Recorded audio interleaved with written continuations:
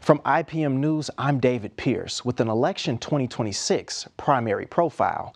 The 2nd Congressional District stretches from the south side of Chicago along the Indiana border to parts of Danville. Representative Robin Kelly, who is currently in office, is not seeking re-election so that she can run for U.S. Senate, making way for several Democratic and Republican candidates to replace her. Immigrant workers, they're blaming on black workers.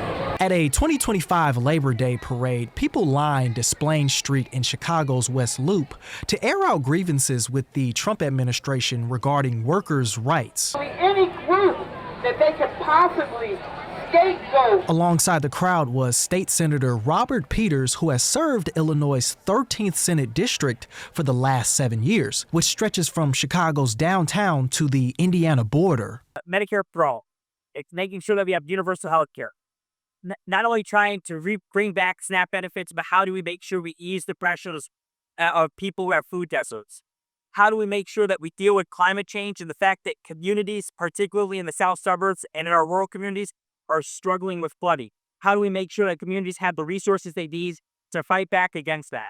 Peters is in a crowded field of Democratic contenders at the time of this recording. Other candidates include the names listed on screen. One of which is Jesse Jackson Jr., who is trying to return to the 2nd Congressional District, an office he held from 1995 until he resigned in 2012. Jackson pleaded guilty to misusing $750,000 in campaign funds, spending the money as a personal slush fund. He served nearly 2 years in custody. He says he's earned a second chance.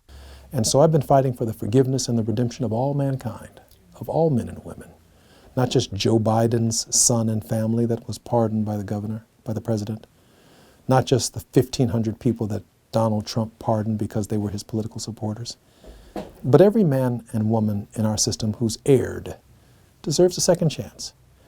He is a part of a political family, the son of prominent civil rights leader and presidential candidate Jesse Jackson, and brother of Congressman Jonathan Jackson of Illinois' 1st Congressional District.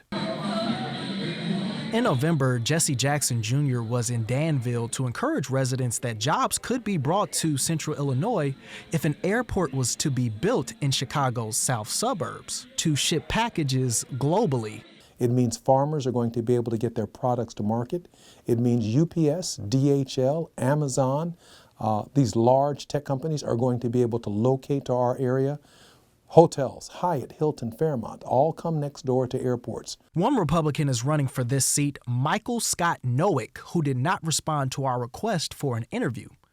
Independent candidate Ashley Banks is also running. You can vote for your choice in the Illinois primary on March 17th, 2026. The winners will compete in the general election in November, helping determine if the next U.S. Congress will hold a majority Democratic or Republican seats. David Pierce, IPM News.